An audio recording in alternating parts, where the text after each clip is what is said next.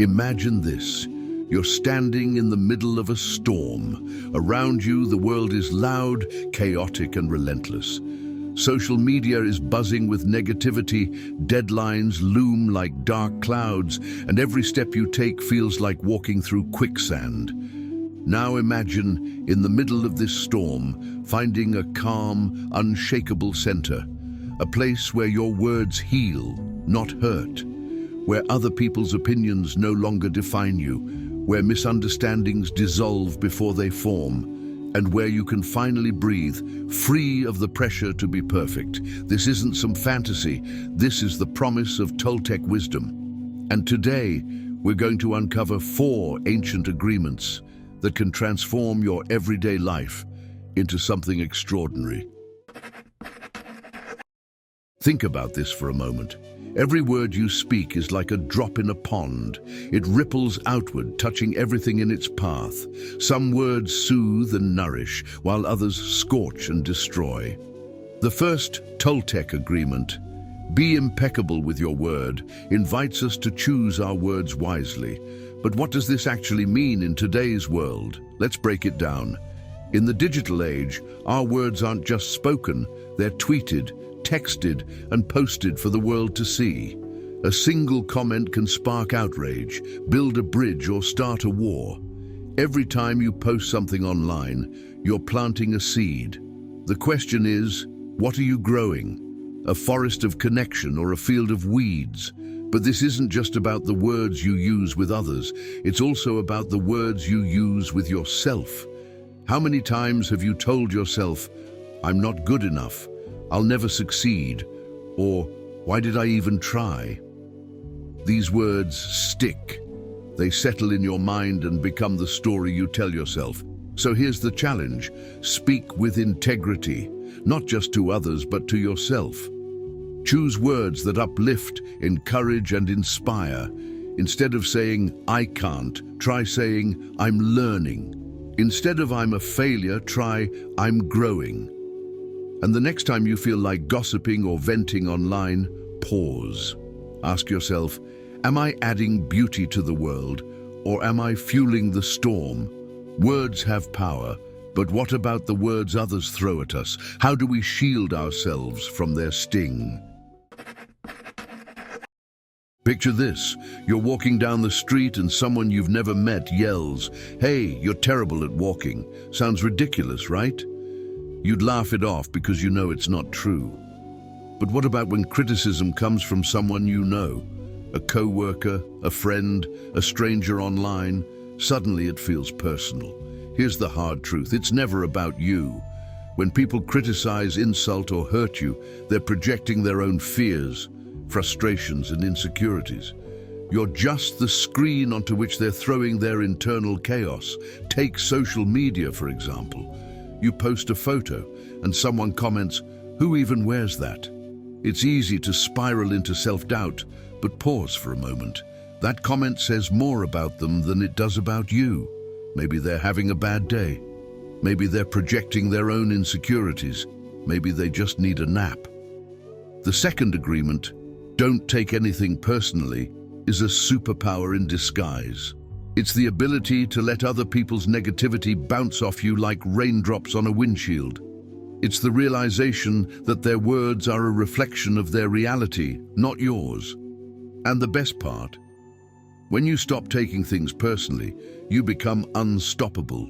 You stop giving others the power to control your emotions. You reclaim your peace.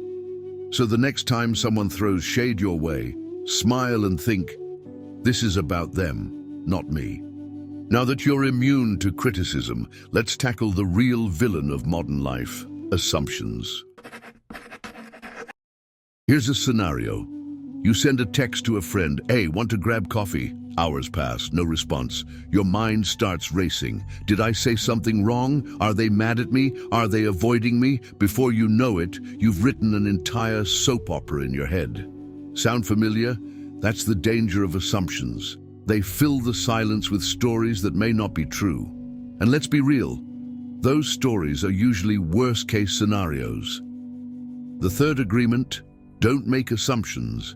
is a lifesaver in our hyper-connected world. Instead of jumping to conclusions, ask for clarity. Instead of assuming your partner is upset because they're quiet, ask, is everything okay? Instead of assuming your boss is mad at you because of a short email, follow up. Is there anything I can do better? Yes, it takes courage. Yes, it feels vulnerable. But here's the thing. Vulnerability leads to connection. Clarity dissolves conflict. And asking questions shows strength, not weakness. So the next time your mind starts spinning stories, take a deep breath. Replace assumptions with curiosity. And watch how it transforms your relationships. We've tackled words, judgments, and assumptions. Now let's talk about the glue that holds it all together: effort. Imagine you're climbing a mountain. Some days you sprint up the trail with energy to spare. Other days you struggle with every step. The fourth agreement, always do your best, reminds us that both days are okay.